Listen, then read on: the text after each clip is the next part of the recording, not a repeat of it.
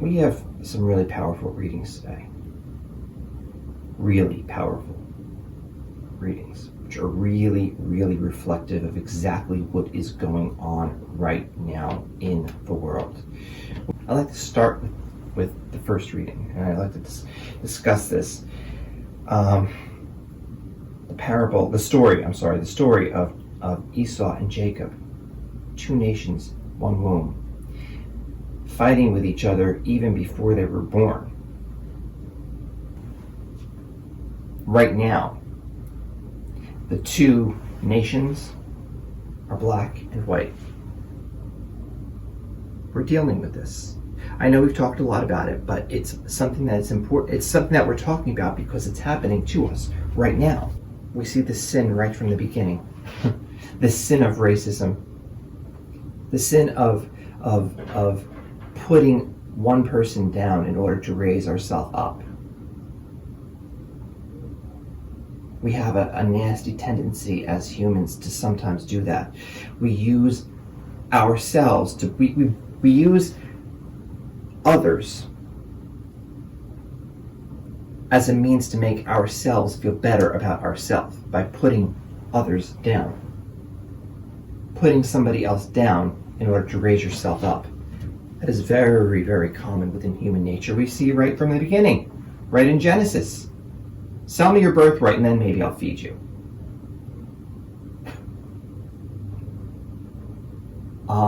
No.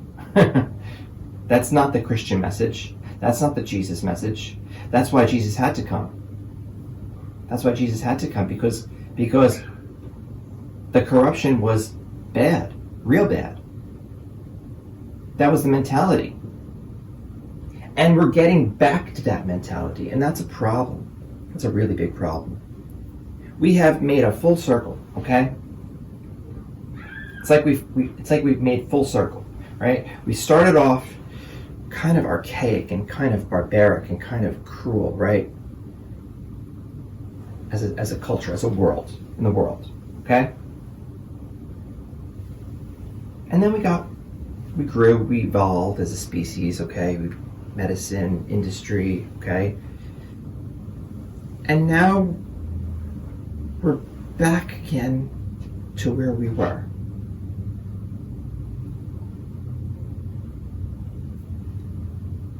It begs the question, did we ever really grow, or was it just an illusion that we actually grew?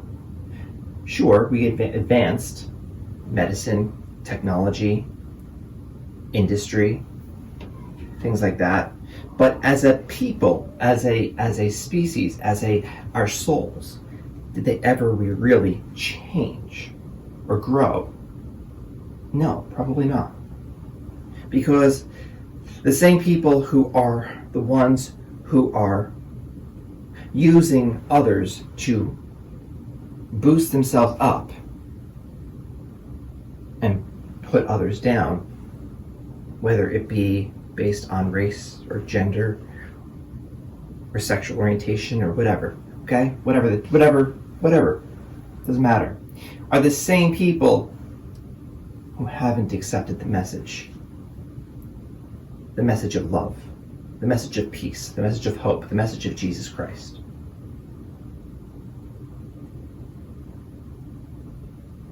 Let's fast forward a little bit to Matthew.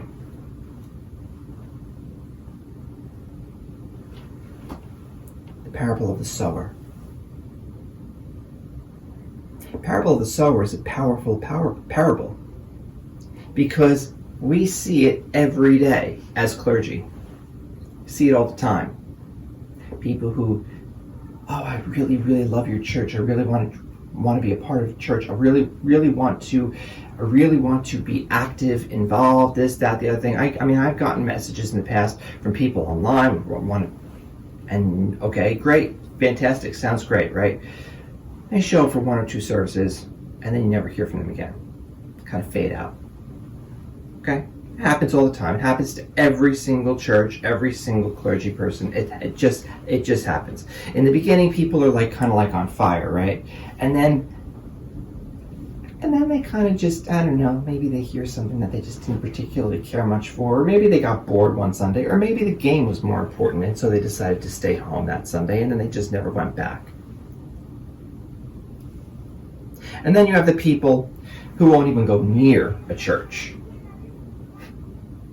They won't even go near a church. They'll, in fact, so much so that they will drive out of their way so that they don't have to pass a church, so that they don't even have to see a church. We've got those people too. I have a friend of mine who's like that. I love him dearly. I think he's nuts. But I love him dearly. He's my friend. We don't talk about religion at all. Well, at least not in the way that you would normally talk about religion. St. Francis of Assisi said, preach the word of God at all times and only if necessary use words. So, with him, I show my faith through my actions. There are some people you have to do that to. You have to do that with. Some people you can't preach directly to them because they're just not willing to hear. But you can show them through your actions. And then there are the people that come from good soil. Okay? People that are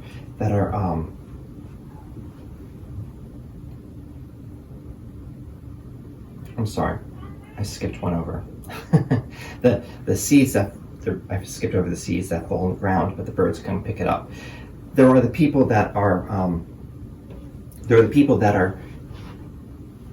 willing to listen. Okay, they're willing to listen, but they're easily manipulated by their spouse, by a friend, by somebody else. They're willing to listen, but they're so easy to be manipulated by other concerns that they're snatched away.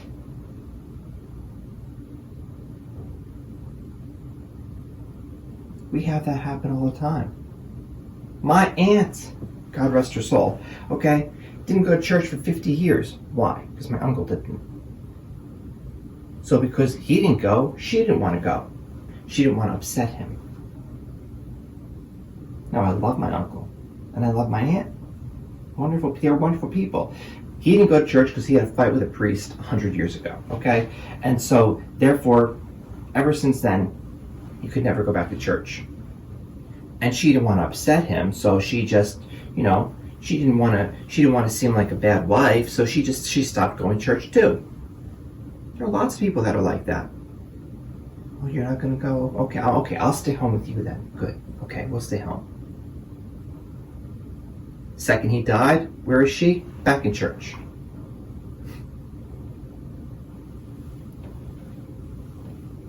And then you have those that come from a solid foundation, a solid ground, a fertile soil. Let's say that, fertile soil. What is this fertile soil? The fertile soil, number one, it's a combination of things. Number one, it's how you're raised. It's how you're raised. That's number one. Do you have a solid foundation in your upbringing by your parent or parents? Okay? Because let's be honest, it's ideal to have two parents. It's not required. Okay? There are a lot of people who are doing just fine that are single parents.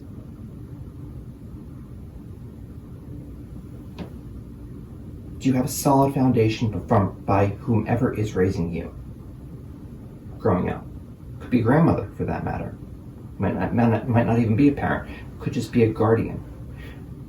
Do you have a solid foundation? That's the first.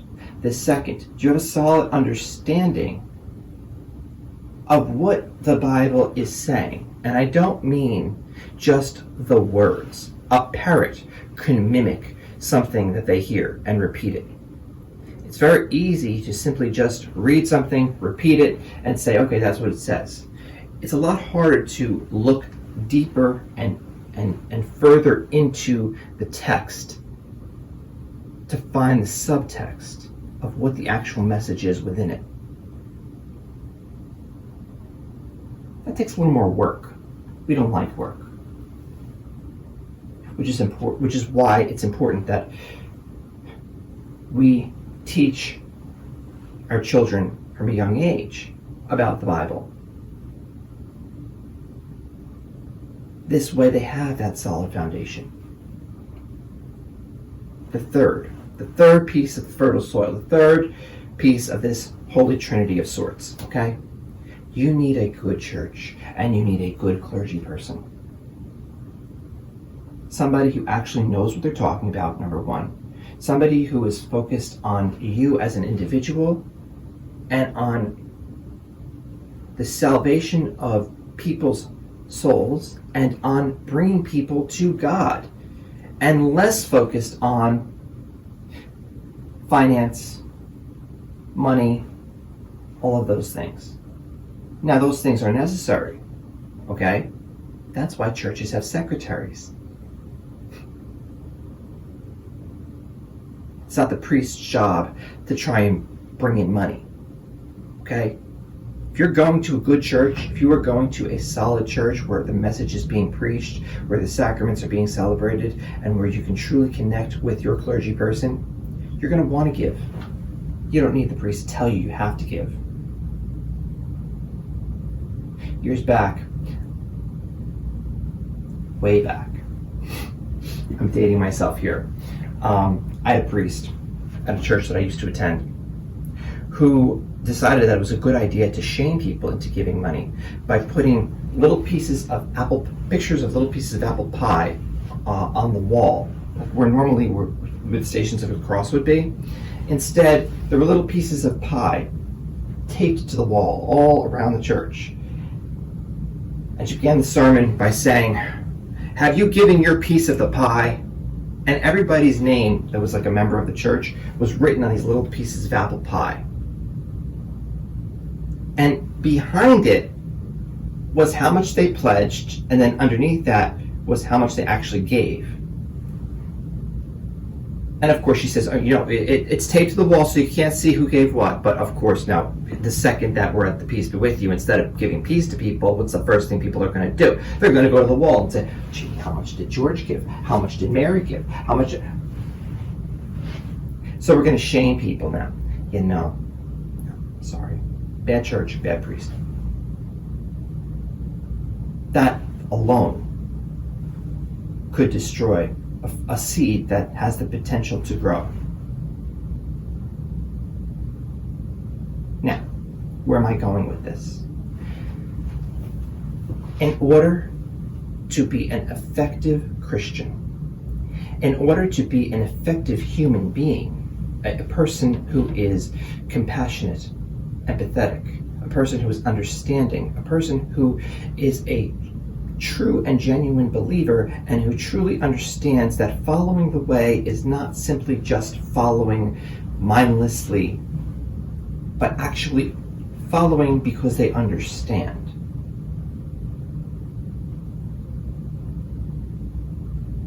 That is key. I'm going to quote Bishop Lynn, who visited us last year. She said, "Following the law just because it's there," it may not be an exact quote, so forgive me if it's not the exact quote. "Following the law simply because it's there equals death." If you're just following it just because it's there, that's death, okay? Following it because you understand it, because it has spoken to you, and because you understand what you are in fact believing, the deeper understanding, that's life. That's life affirming. That's life affirming. My quote was probably not exact, so please forgive me for those who are watching who are scrolling back and seeing what exactly was it that Bishop Lynn said. It was not an exact quote, okay? But the point here is this. We need to understand. And part of understanding is all of these three things. Now, has everybody been blessed enough to have all of these three things? No. Does that mean that there's no hope for you? Of course not. Of course, there's hope for everybody. There's hope for everybody. That's why Jesus came. Because There's not too many people who have all of these three things in place. So there had to be another way. So Jesus came. He preached his message. He preached about love and compassion and forgiveness and understanding and acceptance and diversity and all of these things.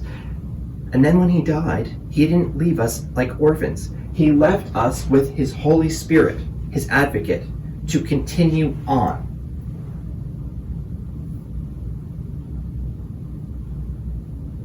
And yet here we are in 2020,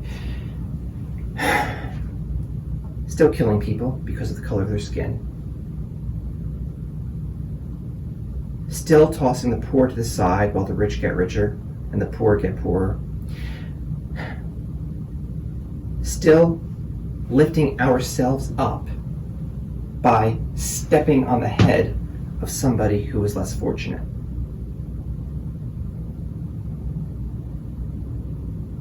It's got to stop. It's got to stop. It's got to stop because, number one, it's wrong. Number two, it's not scriptural. It's not biblical. It's not the Christ way. It is our way. It is the human way. Is it going to happen overnight? Absolutely not. But the first piece of the end of bringing an end to hate, to oppression, to racism, to sexism, to homophobia, to transphobia, to discrimination in all forms is dialogue. We need to open a dialogue. We need to be willing to listen to the struggles of other people. We need to be willing to listen, to understand, and through that understanding, change.